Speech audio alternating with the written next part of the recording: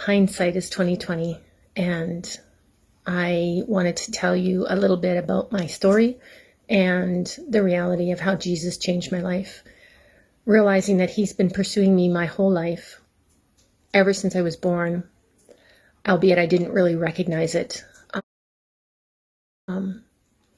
I thought my childhood was normal, tried to convince myself that it was, but it was just because that was what I was familiar with.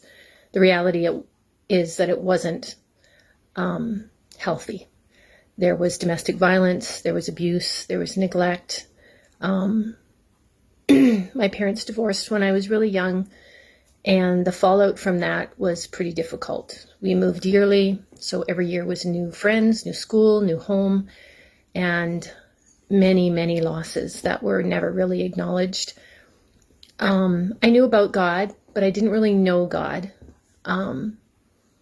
And even at 17, I recognized that even then my choices were spiraling out of control and were beginning to reflect how I really felt about myself.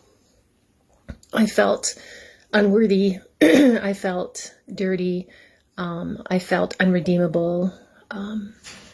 I tried in vain to control whatever pieces of life that I could get my hands on and organize and orchestrate, and try to put on a good face that everyone else looking would think I was fine. It was around that time that my sister came to know the Lord. She's about 12 and a half years older than me. And she shared with me the good news that Jesus Christ came and died 2,000 years ago, that he, through his death, paid for my sin, for my fallenness, for my mistakes, and wanted to have a personal relationship with me. And that was unconceivable to me, that he would actually want to be in a personal relationship with me, that he had offered me a free gift to receive.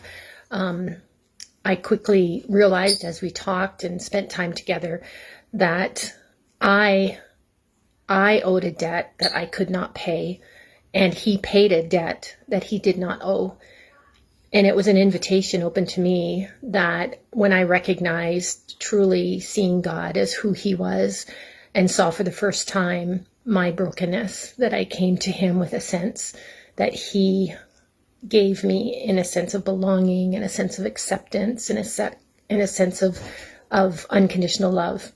Oh, there's still so much to learn of who I am in Jesus and what it means to walk in forgiveness and to grow in grace and to reflect Jesus in me. It's a lifelong process. But the whole process actually also involved my now husband, who was my boyfriend at the time. And when I came to know Jesus Christ, I couldn't wait to tell him. Now, there's another story in there where they say there was a ultimatum that I gave him, and then there was a car accident, which could have been fatal, but wasn't, because God was protecting me. Definitely a spiritual battle was going on between the time on a Thursday evening I came to know the Lord, and John came to know the Lord on the Monday. Much more to those stories. You can for sure touch base with me and I can tell you how that all unfolded. But this June 2020, which will be a year we will all remember, will be 40 years of marriage, 3 adopted children. And the other thing I do know, that if it wasn't for God enabling me, sustaining us, growing us, I know that beyond a shadow of a doubt that I wouldn't be married today. I wouldn't have our 3 beautiful kids. I could be on the street, who knows? But I know that my past was defining who I was. And through Jesus Christ, I've received a new identity in him. And now Christ is in me. His Holy Spirit abides within me, guiding and directing. I still fail, I still fall, but he is faithful to forgive.